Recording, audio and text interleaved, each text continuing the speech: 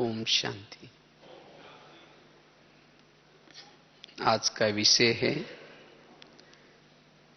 व्यर्थ संकल्प से मुक्त खुश मिजाज स्थिति।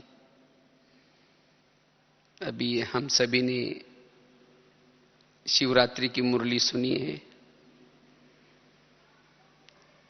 तो शिवरात्रि के मुरली में विशेष बाबा ने बर्थडे के निमित्त सभी से गिफ्ट मांगी है। तो वो गिफ्ट थी व्यर्थ से मुक्त, व्यर्थ संकल्प से मुक्त। बाबा ने कहा कि अगर ये गिफ्ट आप लोग देंगे तो मैं भी तुम्हें गिफ्ट दूंगा। पहले बाबा ने हमारे से ली और उसके बाद दी। कौन सी दी?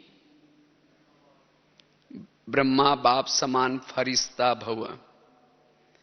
क्योंकि फरिश्ता वही बन सकता है जो हल्का है, और हल्का कौन बन सकता है? जिसके संकल्प समर्थ हैं, जो व्यर्थों से मुक्त हैं। क्योंकि जो व्यर्थ मन में चलता है, व्यर्थ चलने से भावनाएं नेगेटिव बनती है, वृत्ति नेगेटिव बनती है, दृष्टि नेगेटिव बनती है, और जिसे व्यवहार भी नेगेटिव बनता है। और जिसकी दृष्टि नेगेटिव है, व्यवहार नेगेटिव है, वृत्ति नेगेटिव है, वो व्यक्ति सारा दिन जो भी कुछ करता है उसका सारा समय व्यर्थ जाता है। क्योंकि जिसकी वृत्ति नेगेटिव है, दृष्टि नेगेटिव है, जिसका व्यवहार नेगेटिव है, ऐसी आत्मा कर्म योगी नहीं बन सकती। ऐसी आत्मा श्रेष्ठ चिंतन नहीं कर सकती, अंतर्मुखी भी नहीं बन सकती। वो एकाग्रचित एकांतवासी नहीं बन सकती। इतना ही नहीं, जिसकी एक बार वृत्ति नेगेटिव बनी, दृष्टि नेगेटिव बनी, या दृष्टिकोण नेगेटिव बना, उसके संबंधों में भी टकराव होंगे, स्वभाव संस्कारों में भी टकराव होंगे। ऐसी आत्मा को किसी के अंदर कोई गुण नजर नहीं आता। ये सहज योग उसको कठिन लगने लगता है। तो ये सब क्यों हो गया?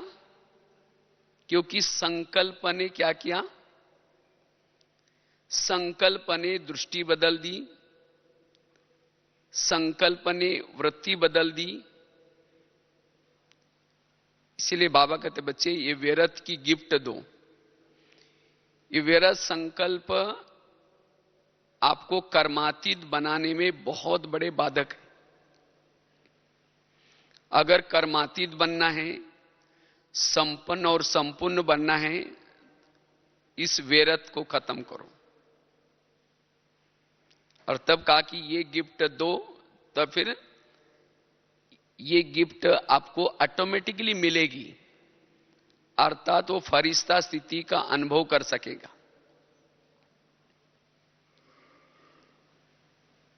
व्यर्थ संकल्प चलने से, जैसे कहा, वो वृत्ति में एक बार अगर चले गए व्यर्थ संकल्प, उससे भावनाएं भी खराब हो जाती है। जैसे इसे पूर्व भी संडे की बाबा ने मुरली चलाई थी, और बाबा ने कहा कि बच्चों का आजकल पुरुषार्थ में ढीलापन आ रहे हैं। उसके बाबा ने 4-5 बातें बताई थी। Question, correction, quotation, opposition.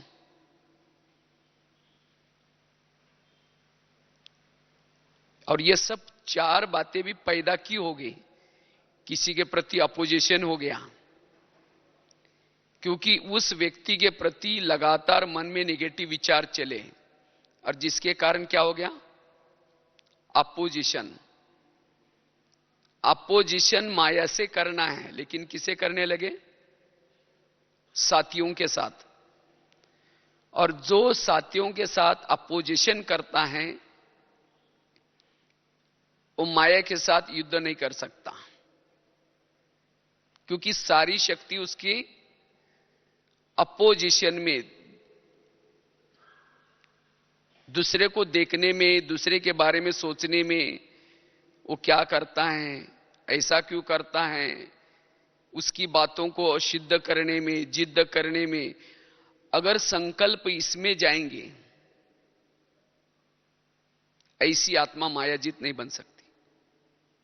इसलिए साथियों के साथ अपोजिशन नहीं, माया के साथ अपोजिशन। करेक्शन, दूसरों के करेक्शन में लग जाते हैं, कोटेशन देते हैं कि ये भी ऐसा करता है, इसने भी ऐसा किया। पोजीशन, ये सब व्यर्थों का रिजल्ट है। और ये इसके कारण कई कहते पहले तो बहुत अच्छा चलते थे, लेकिन अब पता नहीं क्या हो गया है, मेरी खुशी गायब हो गई। क्योंकि जब पहले आए थे तो आपस में भावनाएं अच्छी थी। क्यों? उसी समय पॉजिटिव संकल्प चलते थे एक दूसरे के प्रति। जैसे नजदीक आए, विशेषता देखने के बजाय अवगुणों को नोट करना शुरू किया।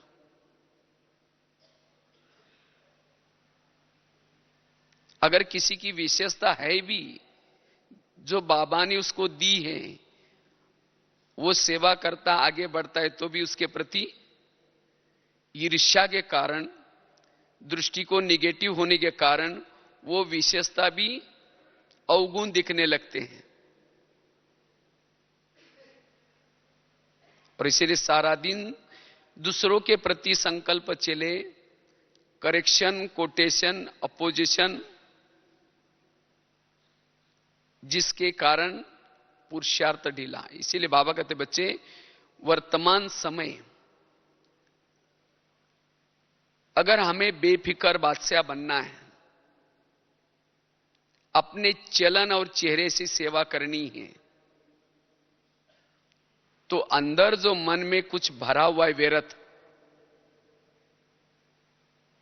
उस व्यर्थ को क्या करो? अब खत्म करो, क्योंकि आगे चल करके समय बड़ा नाजुक आने वाला है। और इस नाजुक समय से पहले कर्मातीत बनना है, संपन्न और संपूर्ण खजाने से बनना है। इसलिए जो कुछ किसी के प्रति कुछ भावनाएं बनी है निगेटिव, उस भावनाओं को क्या करो? परिवर्तन करो। क्योंकि जब तक भावनाएं किसी के प्रति पॉजिटिव नहीं होंगी, तब तक चेहरे में जो खुशी है वो नहीं आएगी। क्योंकि खुशी अंदर की बात है, वो अंदर से खुशी आने के लिए हमारी अंदर की भावना हर आत्मा के प्रति पॉजिटिव रहे। तो कैसा पता चलेगा कि मेरी किसी के प्रति भावनाएं खराब है, या मेरे रग रग में किसी के अंदर निगेटिविटी, किसी के प्रति निगेटिव भरी है? या कैसा पता चलेगा कि किसी के प्रति मेरे अंदर घृणा भाव, ईर्ष्या भाव भरा हुआ है? अगर किसी व्यक्ति की कोई महिमा करता है, आप उसको सुन नहीं पा रहे, इसका मतलब उस व्यक्ति के प्रति अंदर निगेटिविटी भरी है, उसके लिए भावनाएं निगेटिव है। किसी व्यक्ति से आप किनारा करना चाहते हैं, वो सामने से आ रहा है, उसको देखना नहीं चाहते, इसका मतलब अंदर क्या भरा हुआ है? निगेटिव। आप किसी को सम्मान नहीं दे पा रहे, रिगार्ड नहीं देते हैं, इसका मतलब अंदर निगेटिव भरा हुआ है। किसी का आप परचिंतन करते हैं, अंदर निगेटिव है। इसीलिए बाबा कहते बच्चे, अगर ये निगेटिव होगा तो ऐसी आत्मा स्वप्न में भी उसके व्यर्थ ही चलेगा, स्वप्न भी व्यर्थ चलेगा। क्योंकि जो सारा दिन देखा है, चिंतन किया है, जो अंतर मन में चला गया, उसके स्वप्न भी ऐसे होंगे। चलो 2 मिनट। तो वेरा संकल्प चलने से कैसे अंदर वृत्ति में जाता है, दृष्टि में जाता है, भावनाओं में जाता है, व्यवहार में भी आता है। इसीलिए अब वर्तमान समय, न जाने अभी भी हमें संगम युग के कितने दिन मिलने वाले हैं, तो कम से कम भविष्य के दिनों को अगर सफल करना चाहते हैं, कुछ कमाई करना चाहते हैं, तो इस गिफ्ट को शिवरात्रि में क्या किया है, बाबा को दिया तो है, लेकिन फिर कभी कभी वो वापिस आ जाते हैं। तो अब हमें इस वेरत को इस शिवरात्रि में क्या करना है, पूरा सुहा करना है। वैसे तो मुझे लगता है पिछले सीजन में भी बाबा ने वेरत के ऊपर ही पूरी मुरलियां चलाई थी। अगर मन में वेरत है, वो खुशी का जो चेहरा है, खुशनुमा जो चेहरा है, वो नहीं रहेगा। आगे चलकर के हर ब्राह्मणों के सामने भक्तों की लाइन लगने वाली है,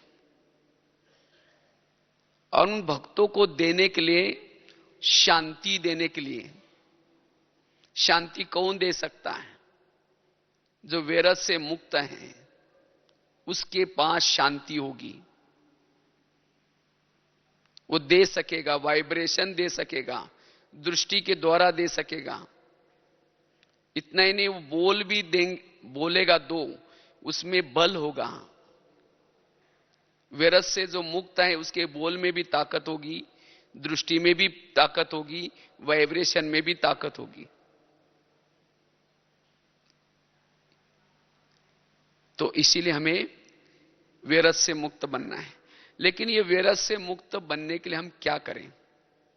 कौन सा ऐसा पुरुषार्थ करें जो वेरत से मुक्त हमारी स्थिति खुश मिजाज रहे, सदा खिले हुए गुलाब की तरह रहे?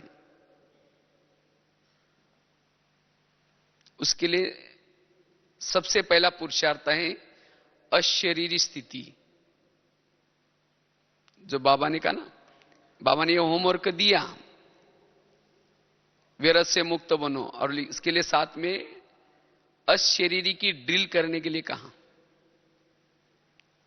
क्योंकि जितना हम अशरीरी स्थिति का अभ्यास करते हैं, वेरत को ब्रेक लग जाता है। जो हम व्यक्त भाव में आ जाते हैं, व्यक्त बातें दिखाई पड़ते हैं, व्यक्त बातें सुनाई पड़ती हैं, जब हम अशरीरी स्थिति में स्थित हो जाते हैं, व्यक्त दिखाई नहीं पड़ता। वो न्यारी वाली स्थिति बन जाती है। क्योंकि अशरीरी स्थिति में अगर जो रह जाता है, टिक जाता है, थोड़ा सा अनुभव करता है, उसको अतीन्द्रिय अंदर से सुख मिल जाता है। जब ये सुख मिल जाता है, वेरत बातें, वेरत देखना, सुनना, चिंतन, उसको फीका लगता है, और उसीलिए उसे उसका इंटरेस्ट नहीं आएगा, वैराग आएगा। जब आत्मा बॉडी कॉन्शियस में आ जाती है, तो ये वेरत बातें बॉडी कॉन्शियस वाला देह भान वालों को ये व्यर्थ बातें अट्रैक्ट करते हैं, आकर्षित करते हैं। क्योंकि जब देह भान में आ जाता है, चश्मा ही निगेटिव बन जाता है, और जो आत्म भान में रहता है उसका चश्मा पॉजिटिव रहता है। अगर किसी के अंदर कोई निगेटिविटी है भी है तो भी उसको दिखाई नहीं पड़ती। यह अशरीरी की चश्मे की विशेषता है। इसलिए हमें इस अशरीरी स्थिति में बीच बीच में क्या करना है, इसका अभ्यास करना है, अनुभव करना है। क्योंकि अशरीरी स्थिति में रहने से आत्मा अपने भ्रुकुटी सिंहासन पर स्थित हो जाती है। अगर आत्मा अपने सिंहासन पर आ गई तो उसका मन और बुद्धि मंत्री ये भी एक्टिव हो जाते हैं, उनके अंदर कंट्रोलिंग पावर, रूलिंग पावर आ जाती है। और जब कंट्रोलिंग पावर, रूलिंग पावर आती है तो वो व्यर्थ से मुक्त बन जाते हैं। इसीलिए अगर व्यर्थ से मुक्त बनना है, इस अशरीरी स्थिति में स्थित रहना है। वैसे तो बीच बीच में भी करना है, लेकिन अगर हम अमृत वेला अच्छी तरह अटेंशन से बैठते हैं, स्थूल आंखें खोल करके, बुद्धि रूपी नेत्र खोल करके, लवलीन होकर के बैठते हैं, लवलीन वाला ही अशरीरी बनता है। जो नेमिनाथ होगा, नियम है 4 बजे उठने का, ऐसा बैठता है, उसको अशरीरी का अनुभव नहीं होगा। और वो लवलीन स्थिति बन जाए, इसीलिए बाबा के उपकारों को याद करें। बाबा जो इतनी पालना दे रहे हैं, बाबा जो इतनी प्राप्तियां करा रहे हैं, जब इन बातों के गहराई में जाते हैं तब जाकर के हमारी वो लवलीन अवस्था होती है। और जो लवलीन है वो अशरीरी सहज बन सकता है, और जो अशरीरी स्थिति में है वो सारा दिन व्यर्थ से मुक्त है। उसके संकल्प न चाहते हुए भी उसके चलेंगे नहीं, भले कुछ दिखता भी है, कहेंगे छोड़ दो, जाने दो। क्योंकि अंदर आत्मा को वो सुख मिल रहे हैं, वो अव्यक्त स्वरूप है। इसीलिए व्यर्थ से मुक्त बनने का ब्रह्मास्त्र ये अशरीरी स्थिति है। इसीलिए अशरीरी स्थिति के लिए अमृतवेला का योग, क्लास के पहले थोड़ा सा अटेंशन से थोड़ा सा योग करके, और उसके बाद मुरली।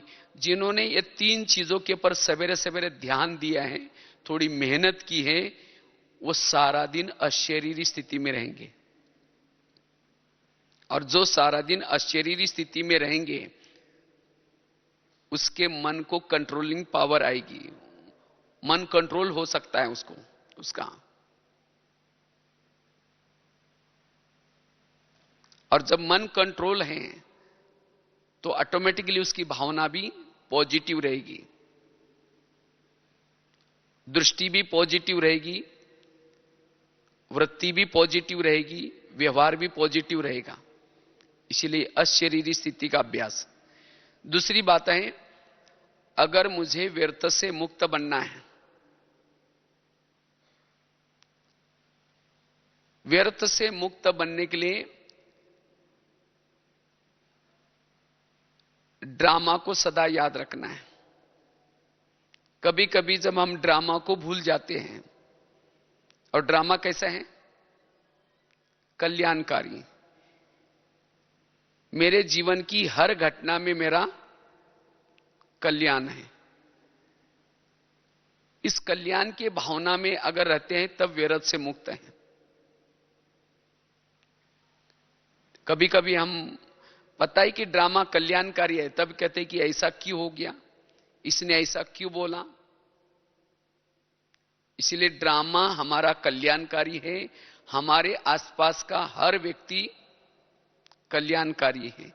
आज तक हमारे जीवन में जो घटना आई उन सभी घटनाओं से मेरा कल्याण हुआ, और अभी भी आज के दिन सारा दिन जो भी बातें आएंगी उससे भी मेरा कल्याण होने वाला है। तो जो ड्रामा के कल्याणकारी ड्रामा के स्वरूप में स्थित रहता है वही व्यर्थों से मुक्त है। तो व्यर्थ से मुक्त बनने के लिए कल्याणकारी ड्रामा या ड्रामा के ऊपर हमारा विश्वास हो, जिसके मुख से वह ड्रामा निकलता है वही खुश मिजाज रह सकता है।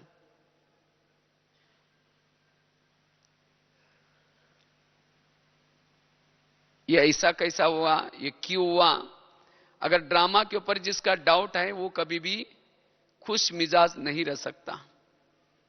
वैसे बाबा तो कहते हैं हम 3 बाप के बच्चे हैं, लेकिन हमारी मां कितने हैं? 4 मां हैं, ब्रह्मा, मम्मा, लौकिक मां और चौथी ड्रामा। ड्रामा भी हमारी कौन है? मां है। और मां तो हमेशा कल्याणकारी होती है। अगर बच्चा बीमार है तो मां उसको दवाई पिलाती है, दवाई अगर कड़वी है तो बच्चा क्या करता है? बार बार उसको मुंह से निकालता है। लेकिन मां क्या करते है? फिर भी उसको चम्मच उसके मुंह में डालेगी, क्योंकि उसको पता है कि अभी इसको कड़वी लग रही है, लेकिन उसके बाद उसकी कई तकलीफें ठीक हो जाएगी। इसी तरह ड्रामा रूपी मां भी हमारे सामने कोई ऐसी बातें लाती है हम नहीं चाहते, लेकिन ड्रामा को पता है कि इन्हीं बातों से इनका कल्याण है। इसलिए जिसके अंदर ये पक्का विश्वास है कि मेरा बाबा ने जो ड्रामा बनाया है, जिन लोगों को आसपास पड़ोसी में रखा है, ये सब कल्याण करने वाले हैं। मेरी परिस्थिति में भी कल्याण है, उसकी खुशी गायब नहीं होगी। इसीलिए बाबा कभी कहते ना, वाह बाबा वाह, वाह ड्रामा वाह, और वाह मेरा पार्ट वाह। जिसके मन में ये सदा निकलता है वही खुश मिजाज रह सकता है, वही हर परिस्थिति में खुशी में रह सकता है। तीसरी बात है, अगर वैरस संकल्प से मुक्त बनना है, इसके लिए मन से बातें करने की आवश्यकता है। जैसे बाबा ने रोज अपना दरबार लगाते थे और बाबा अपने मन के साथ बातें करते थे, अपने बुद्धि के साथ बातें करते थे। इसी तरह आज हमें भी अपने मन के साथ, बुद्धि के साथ बातें करने की आवश्यकता है। लेकिन हम कभी अपने मन के साथ बातें, अपने कर्मेंद्र के साथ बातें कभी नहीं करते, क्योंकि इतना कामों में व्यस्त रहते हैं, इसलिए कभी उनकी पूछताछ ही नहीं करते हैं। मन क्या कर रहे हैं, मन क्या सोच रहा है, बुद्धि किसका विजन बना रहे, कान क्या सुन रहे हैं, इसकी चेकिंग नहीं करते, और जिसके कारण विरत अंदर बहुत चला जाता है। तो इसीलिए जब मन किसी के बारे में सोचता है तो मन को समझाने की आवश्यकता है। जब सोचता है तो मन से बातें करो, हे मन, आखिर इस व्यक्ति के बारे में आप ऐसे क्यों सोच रहे हैं? आज जो भावनाएं बिगड़ती हैं, मन के अंदर जो नफरत पैदा होती है, घृणा पैदा होती है, वो क्यों हो गई? क्योंकि मन लगातार कई दिनों से किसी व्यक्ति के प्रति, किसी परिस्थिति के प्रति निगेटिव सोच रहा था, और सोच सोच करके उसने क्या क्या भावनाएं निगेटिव बना दी, वृत्ति में डाल दिया, दृष्टि निगेटिव बन गई। और एक बार कई दिनों से भावनाएं निगेटिव है, वृत्ति निगेटिव है, तो फिर उसको ठीक करने के लिए बहुत मेहनत लगती है। इसीलिए अगर हमें रोज अपना दरबार लगा करके आज सारा दिन में मेरे मन ने किसके प्रति क्या क्या कुछ निगेटिव सोचा है, अगर उसी समय उनको पूछा जाए, जैसे ब्रह्मा बाबा कहते हैं, हे मन तुम आओ, आज मैं तुमसे बातें करना चाहता हूं। तुमने तो क्या किया, तुमने सोच करके तुमने बुद्धि को भी बिगाड़ दिया और तुमने उस विकारों का सहारा लिया, उस संस्कारों का सहारा लिया और तुम उनके साथ मिल गए। तो इसीलिए हे बुद्धि, हे मन, अगर तुम ऐसा करेंगे मैं तुम्हें सजा दूंगा, फिर मैं दरबार लगाऊंगा। ऐसे ऐसे बाबा बातें करते थे। तो इसी तरह हमें भी अपने मन के अंदर के विरत को कंट्रोल करने के लिए रोज अपने मन के साथ, अपने बुद्धि के साथ, अपने कान के साथ, अपने आंखों के साथ बातें करनी है, और तब जाकर के हम विरत से मुक्त बन सकते हैं। तो विरत से मुक्त बनने के लिए स्वराज्य अधिकारी स्थिति, जितना हम स्वराज्य अधिकारी बन करके हर कर्मेंद्रिय को चलाते हैं, उतना व्यर्थों से मुक्त बन सकते हैं। आज मन हमें चला रहे हैं, रास्ते में चल रहे, सामने कोई व्यक्ति आता है, मन कहता है इसने हमारे साथ ऐसा व्यवहार किया, ये तो बेकार है, ये ऐसा है, और उस समय आत्मा उन बातों को सुन रहे हैं कि मन मेरा मेरे भाई के प्रति ऐसा सोच रहा है, तो भी आत्मा क्या कर रहा है, चुपचाप उसको सुन रहे हैं। तो बुद्धि भी उसको स्वीकार कर रहे हैं। मन ने सोचा, बुद्धि ने स्वीकार किया, वृत्ति में चला गया, दृष्टि में चला गया, भावनाओं में चला गया। उसी समय तुरंत मन से बातें करो, हे मन, भगवान कहता है उसको मीठे बच्चे, और तुम उसके प्रति विरत सोच रहे। तुमने तो ऐसा हर भाई के प्रति, अनेक व्यक्ति के प्रति ऐसा सोच सोच करके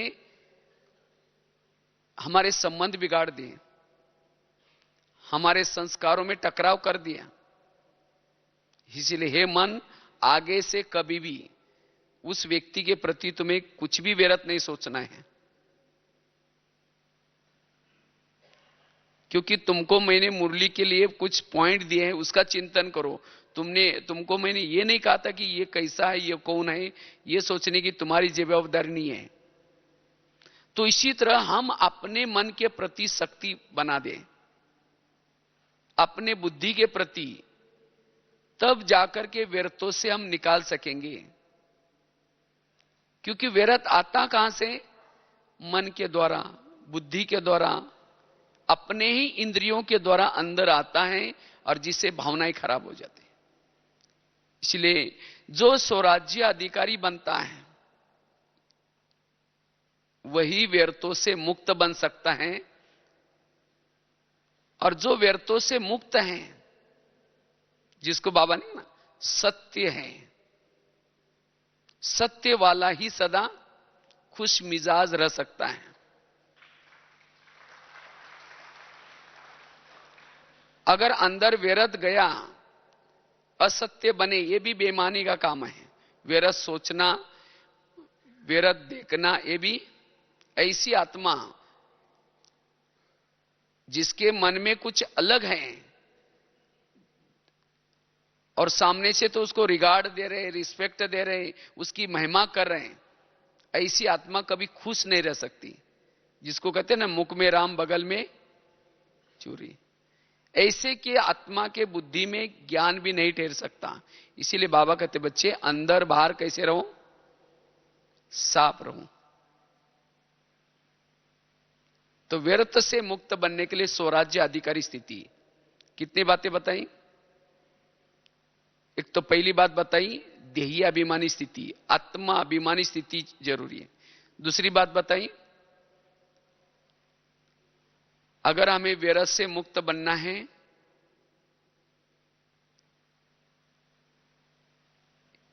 उसके लिए दूसरी कौन सी बात? ड्रामा की बात बताई। तीसरी बात बताई, स्वराज्य अधिकारी बन करके हम अपने कर्मेंद्र की चेकिंग करें। चौथी बात है, अगर वैरस से मुक्त बनना है उसके लिए मेरे जीवन की हर घटना में, हर विघ्नों में भी कल्याण है। नहीं तो कभी कभी हम कहते हैं इसको दुआ हम कभी नहीं देंगे, इसने मेरे लिए क्या क्या किया है। सब जो भी कुछ पिछला है हम सब क्या किया है अंदर रखा हुआ है। लेकिन याद रखना है, मेरे जीवन में आज तक जिसने जिसने जो कुछ किया ये सब कल्याणकारी था। वास्तव में विघ्न डालने वाला व्यक्ति धन्यवाद का पात्र है। जिन्होंने आज तक हमारे जीवन में विघ्न डाले हैं वो व्यक्ति धन्यवाद का पात्र है। अगर वो विघ्न न आते तो हमारा कल्याण नहीं होता। जिसकी ये भावना है वो विघ्न डालने वालों के प्रति क्षमा कर सकता है, उसके प्रति शुभ भावना रख सकता है, वो बीती को बिंदी लगा सकता है और अपनी वृत्ति को पॉजिटिव बना सकता है। और जिसकी वृत्ति पॉजिटिव है वही खुशी में रह सकता है, सदा खुश मिजाज रह सकता है। इसलिए मेरे जीवन की आज तक जो भी विघ्न आए उसमें भी कल्याण है और आगे जो विघ्न आएंगे उसमें भी कल्याण है। कई बार हम इसके लिए हमेशा रामायण की घटना सुनाते रहते हैं। ये घटना हमें बहुत हल्का बनाते हैं। अगर कभी कभी किसी के प्रति अगर मन में कुछ आता भी है, बहुत निगेटिव चिंतन चलता भी है, अगर ये घटना को याद करेंगे वो व्यर्थों से आप मुक्त बन सकते हैं। राम राजा बनने वाला था, लेकिन रात में आकर के मंत्रा ने क्या किया, कई कई को दो चार उल्टी बातें सुनाई। क्या सुनाया? तुम्हारा बेटा भी तो है, तुम अपने बेटे को छोड़ करके राम को राजा बना रहे। और ये बातें सुनकर के राम को राजा बनाने के बजाय उसको कहां भेजा? 14 वर्ष वनवा में भेजा। वनवा में गया, सीता गई, लक्ष्मण गए, तीनों भी घर से चले गए। इसी वियोग के कारण दशरथ ने प्राण त्यागा। उनको खाने का प्रॉब्लम, सोने का प्रॉब्लम, घास में सोए, जंगल में रहे, ये सब किसके कारण हुआ? मंत्रा के कारण। तो मंत्रा को जो भी देखेगी उसकी भावना कैसी चलेगी? अच्छी चलेगी, बुरी चलेगी? बुरी चलेगी ना। वास्तव में देखा जाए तो मंत्रा ने राम के लिए जो किया वो अच्छा किया। अगर उसी रात में उनके घर में वो ना आती तो राम क्या बनने वाला था? राजा। अगर राजा बनता तो जंगल में नहीं जाता। अगर जंगल में नहीं जाता तो सीता की चोरी नहीं होती। अगर सीता की चोरी ना होती तो रावण को ना मारता। अगर रावण को ना मारता तो राम की महिमा भी कोई नहीं गाता। तो राम की महिमा किसके कारण है? मंत्रा के कारण है। यह है उस विज्ञान का दृष्टिकोण पॉजिटिव। इसी तरह ड्रामानुसार हर एक के पास भी एकाधी कोई मंत्रा का काम करने वाली व्यक्ति जरूर होती है, जो चुगली करते हैं, यहां की ट्रांसफर वहां करते हैं, झगड़ा लगाते हैं। लेकिन आज हम जो व्यर्थ जो संकल्प चलते हैं, जो कोई अच्छा करता है उसके प्रति नहीं चलते हैं। लेकिन ऐसा कोई जो करता है, यहां की ट्रांसफर वहां करता है, कोई बड़ों के पास जाकर के आपकी कोई बातें सुनाता है, तब जाकर के कहते हैं बस इसको देखते मुझे निगेटिव विचार चलते हैं। अगर वो ऐसा ना करता तो आपका भला। इसीलिए गीता का सार क्या है? जो हुआ अच्छा हुआ, जो हो रहा अच्छा, जो होगा वो भी। अगर राम के जीवन में उसी समय मंत्रा ना आती तो हनुमान, अंगद, ऋषि मुनि सब मिलते। ये सब किसकी दौलत थी? मंत्रा की दौलत थी। इसी तरह आज तक हमारे जीवन में अगर किसी ने ऐसा किया भी है,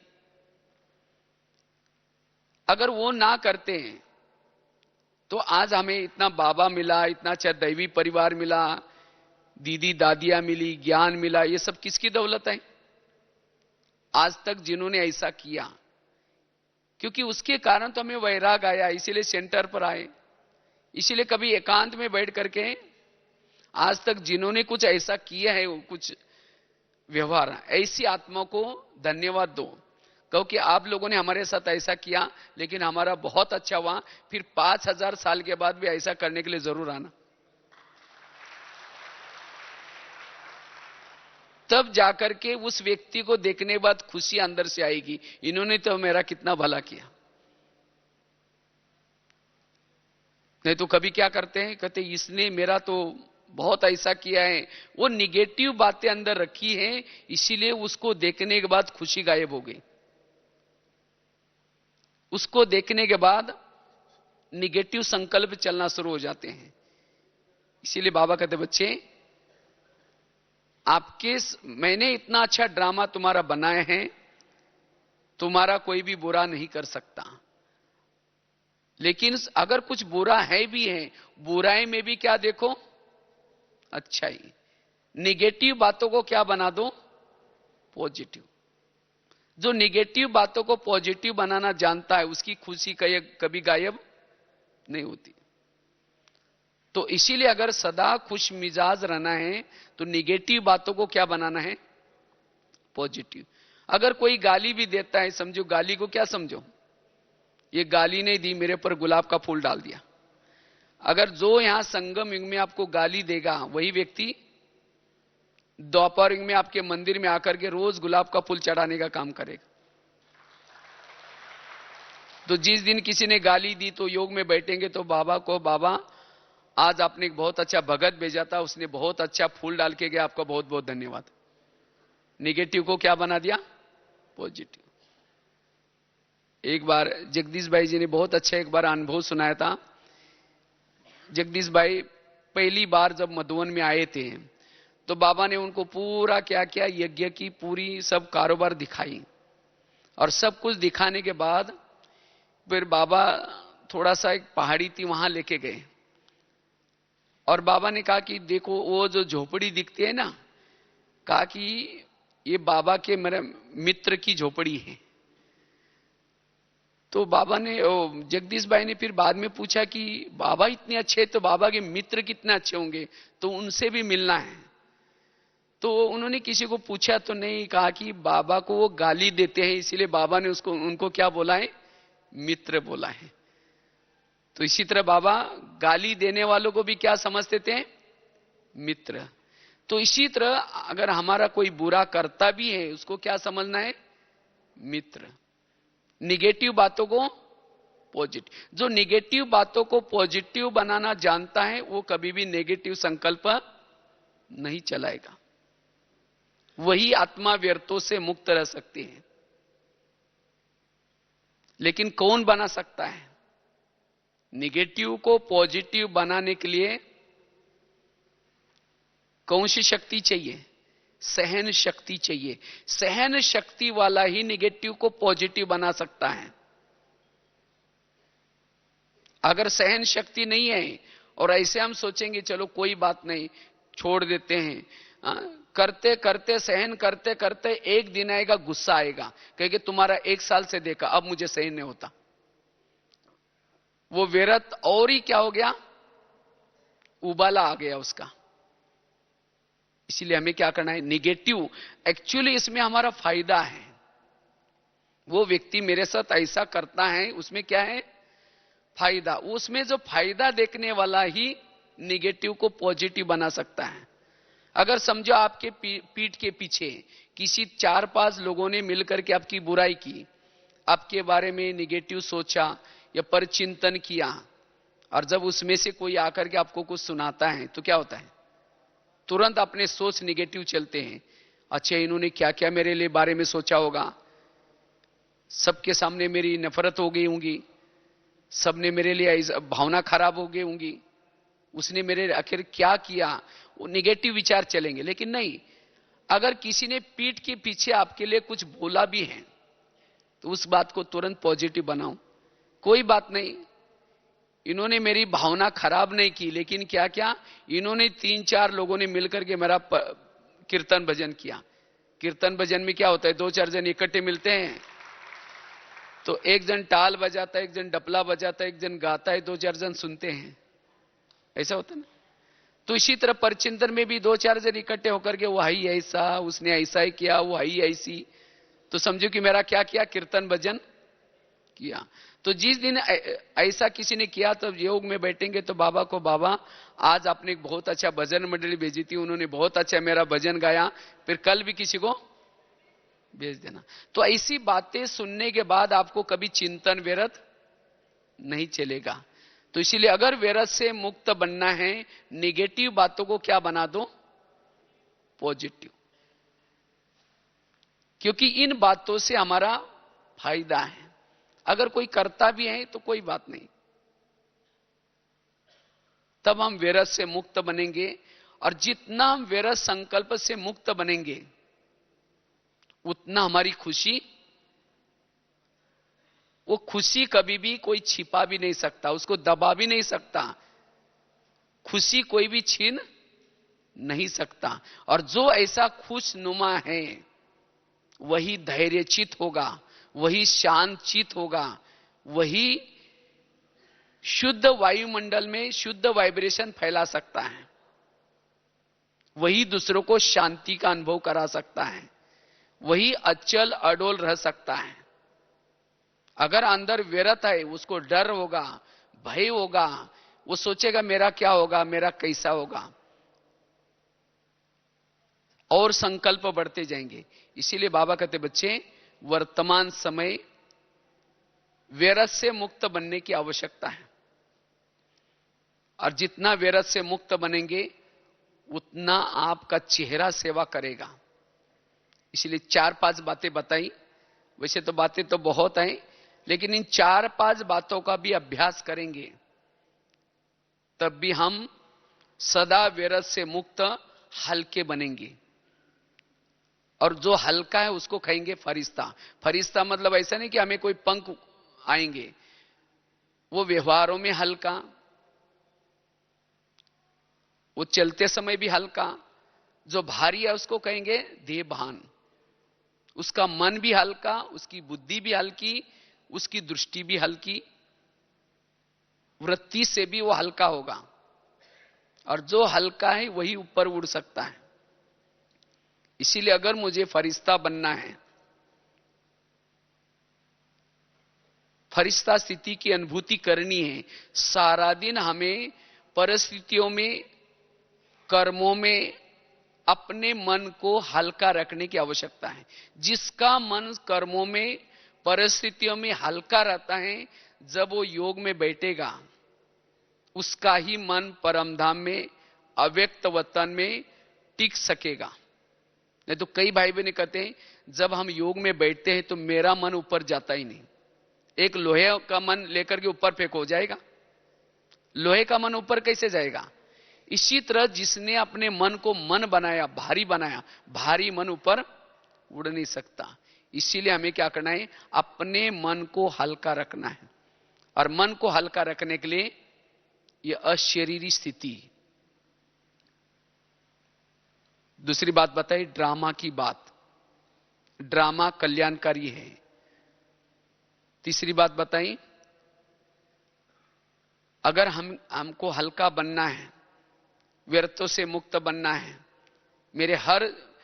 मेरे जीवन के हर विघ्नों में भी मेरा कल्याण है, निगेटिव बातों को पॉजिटिव में लाना है, तब जाकर के हम व्यर्थों से मुक्त सदा फरिश्ता स्थिति का अनुभव, लाइट हाउस माइट हाउस बन सकते हैं। क्योंकि जो व्यर्थों से मुक्त है वही लाइट हाउस और माइट हाउस, उसके पास जो व्यर्थों से मुक्त है उसके पास गुण और शक्तियां उसके इर्द गिर्द में रहेगी। जो व्यर्थों से मुक्त है, सहन शक्ति, इसके साथ साथ और भी शक्तियां और दैवी गुण भी साथ में रहेंगे। और जिसके जीवन में गुण और शक्ति हैं वो स्वयं को मास्टर सर्वशक्तिवान लाइट माइट अनुभव कर सकता है। इसलिए यही वर्तमान समय का हमारा पुरुषार्थ है, व्यर्थों से मुक्त। कुछ भी जाए लेकिन हमारी खुशी न जाए। ओम शांति।